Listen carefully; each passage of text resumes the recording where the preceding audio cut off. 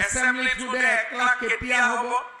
মই আৰু 4000 চাকৰিটো 2-3 মাহত হৈ যাব কিন্তু 1 লাখটো আমি শেষ কৰিব খোজা নাই 1.5 লাখ 2 লাখ লৰাই চাকৰি পাব যিখিনি লৰাই চাকৰি কৰিব নোখোজে উদ্যোগ কৰিব খোজে তেওঁলোককো আমি আজি চৰকাৰৰ পৰা পুঁজি দিয়াৰ ব্যৱস্থা কৰিছো যে 700 জনতকৈ অধিক লৰা ছোৱালীয়ে যোৱা 2 বছৰত মাজুলীৰ পৰা চৰকাৰী চাকৰি পাইছে কোনো দালালক 1 টকা দিবলগীয়া হোৱা নাই বিনা পইচাত মেধাৰ ভিত্তিত চাকৰি পাইছে মই যেতিয়া প্ৰতিশ্ৰুতি দিছিলো যে 1 লাখ চৰকাৰী চাকৰি আমি দিম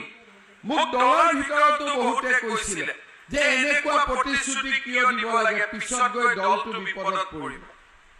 কিন্তু মোৰ মনত বিশ্বাস আছিল যে আমি দিব পাৰিম আজি 2 বছৰৰ ভিতৰত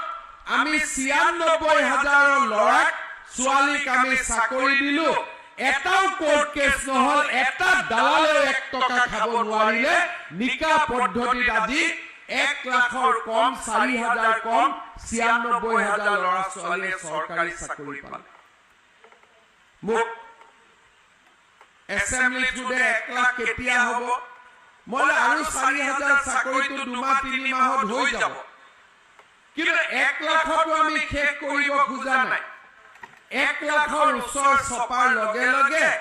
আৰু 35,000 চাকৰি আজি আমি তাৰ বিজ্ঞাপন মুকলি কৰি দিছো আমাৰ যুৱক যুৱতীসকলৰ আশা যাতে ভংগ নহয় তেওঁলোকে যাতে আশাৰ পোহৰ সদায় দেখি থাকিব পাৰে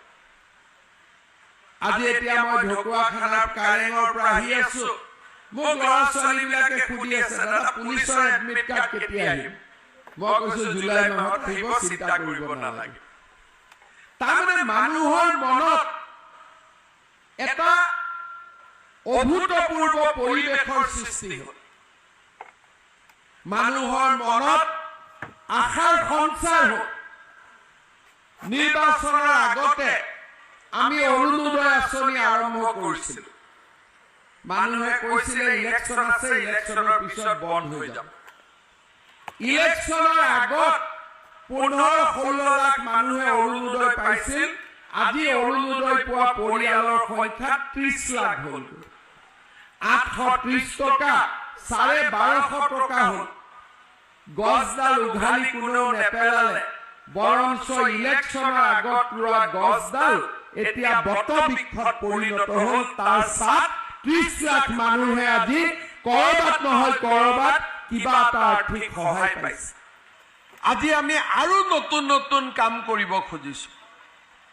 ভুৱন পেগু ডাঙৰীয়াই কৈছে যে মুখ্যমন্ত্ৰীৰ আত্মনিৰ্ভৰশীল অসম